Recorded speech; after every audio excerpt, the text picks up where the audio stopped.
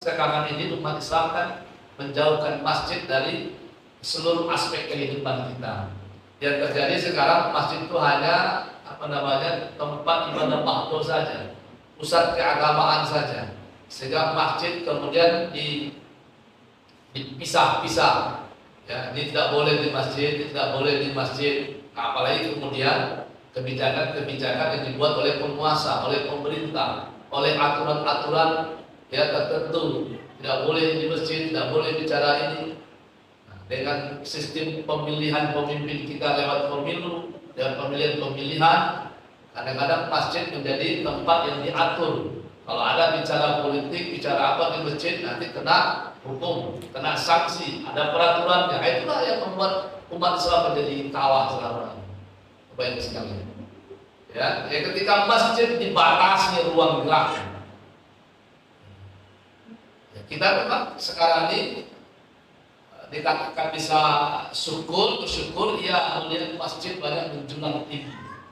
Ya, di beberapa tempat masjid dibangun tinggi-tinggi, megah-megah.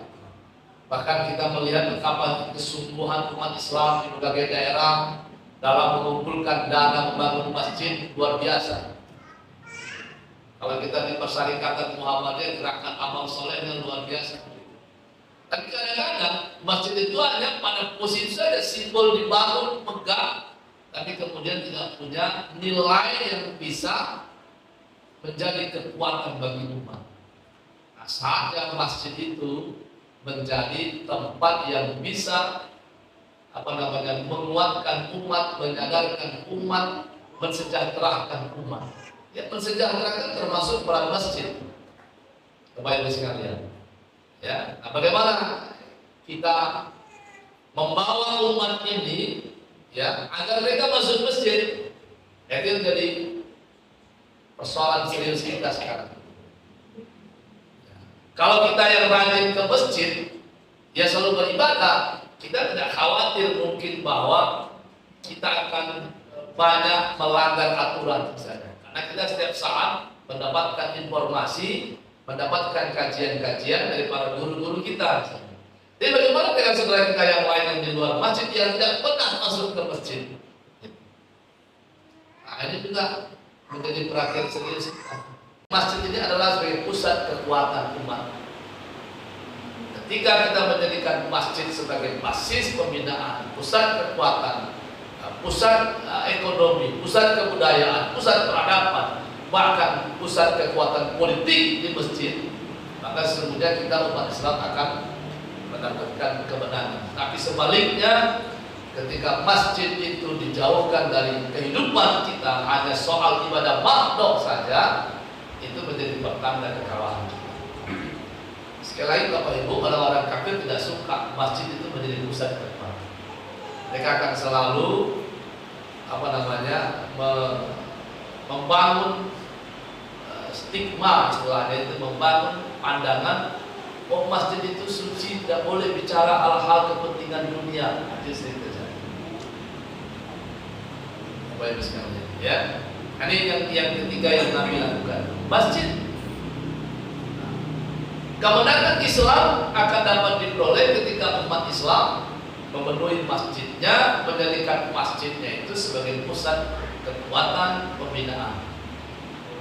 Kan dasar saya sering sampaikan bagaimana misalnya salah satu wilayah masjid saling berkoordinasi kemudian bersepakat untuk memilih pemimpin yang kita jadikan sebagai pemimpin yang membela Islam. Kan bisa kita bersepakat.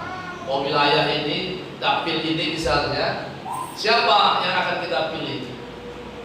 Pengurus masjid, BKM masjid itu bisa saling berkoordinasi untuk kekuatan dakwah. Tapi kan sayangnya justru banyak juga masjid yang kemudian dipecah-pecah oleh kekuatan kepentingan tertentu. Nah ini Bapak Ibu, ya ini menjadi persoalan kita. Kemenangan Rasul di Madinah ketika hijrah, ketika dia berhasil ya membangun umat lewat masjid. Bapak Ibu sekalian, itu yang ketiga. Nah yang keempat Bapak Ibu sekalian yang dimuliakan oleh Allah, kemenangan Islam itu adalah ketika umat Islam mampu memiliki kekuatan ekonomi. menguasai kekuatan ekonomi. Gitu. Karena banyak perintah dari Al-Quran atau praktek atau pengamalan ajaran Islam itu banyak sekali dikaitkan dengan kekuatan maliyah, finansial istilahnya dari umat Islam itu. Ayat yang saya baca tadi di surah Taubah ke-20 dan beberapa ayat yang lain terkait dengan jihad fisabilillah selalu saja itu diawali dengan kalimat bi'amwali, ya, baru bi'anfusihim, bi'amwali. Bapak Ibu sekalian, jadi memang tegaknya Islam, jalan dakwah itu akan bisa lancar, ya, membina umat itu memang sangat besar dipengaruhi oleh kekuatan maliyah, kekuatan ekonomi umat ini, maliyah. Maka apa yang disebut dengan kuwatul mal, kekuatan mal, kekuatan harta. Maka mal itu, harta itu menjadi faktor penting dan bahkan yang menjadi kekuatan di dalam melaksanakan ajaran-ajaran Islam.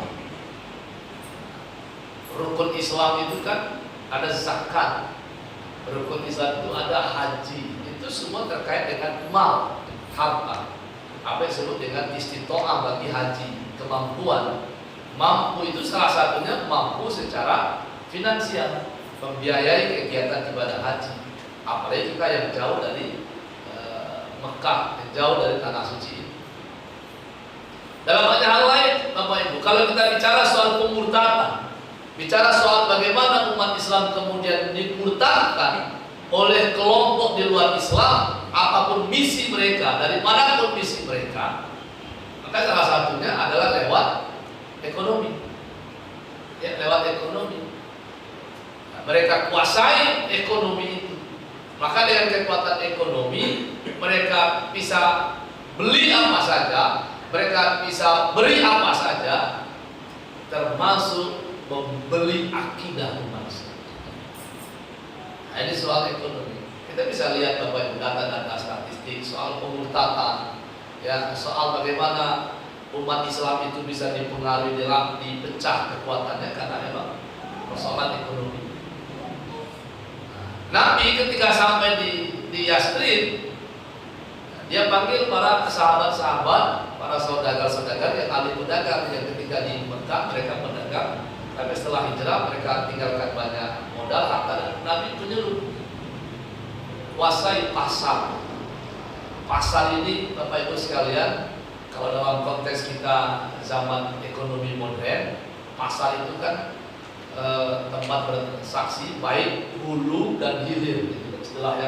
Istilah ekonomi begitu, hulu produksinya, ya, ya, hilir konsumsinya. Kalau kita bicara soal ekonomi kan ada produsen, ada distribusi, ya, ada konsumen, dan ada pengatur itu untuk pemerintah sebenarnya pengatur. Nah, kondisi kita sekarang umat Islam, bahkan di negara kita yang mayoritas ini, memang bukan kita yang mengendalikan ekonomi. Pasar tidak kita mengendalikan. Dunia juga ekonominya tidak dikendalikan oleh umat Islam, tapi siapa? Yahudi. Cina misalnya, negara Cina yang tampil menjadi kekuatan baru, dan Yahudi. Ketika pasar, ketika ekonomi tidak dikuasai oleh Islam, itu menjadi menjadi pertanda kekalahan, kelemahan kita umat Islam. Godaan ekonomi itu kan sangat kuat. Makanya saya sering menyampaikan bahwa Nabi Rasulullah itu menyebutkan bagaimana pengaruh dari kecintaan kepada dunia, hubbud dunya wa karahiyatul maut itu. Hubbud dunya, ya, cinta dunia takut mati, apa disebut dengan penyakit wahan itu. Cinta dunia itu kan terkait dengan kenikmatan dunia. Nah, disebut dengan harta, tahta misalnya. Kalau kita kaitkan dengan soal biologis antara laki-laki dan perempuan, ya, kesukaan kepada perempuan kepada laki-laki secara biologis, itu kan kenikmatan dunia, dan itu yang dicari. Jadi kekuatan mal, ekonomi, harta itu akan bisa mendapatkan apa yang kita butuhkan.